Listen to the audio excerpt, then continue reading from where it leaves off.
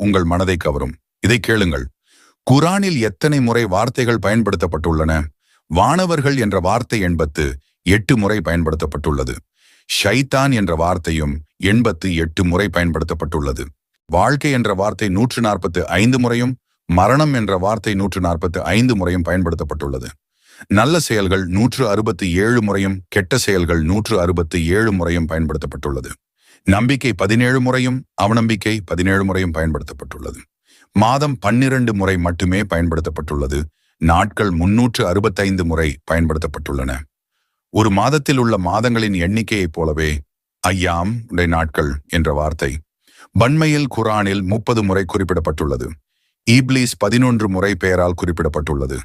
இப்லீஸிடம் 11 முறை பாதுகாவல் தேட பயன்படுத்தப்பட்டுள்ளது. பிரார்த்தனை என்ற வார்த்தை குரானில் 5 முறை குறிப்பிடப்பட்டுள்ளது. அல் துன்யா உலக வாழ்க்கை 115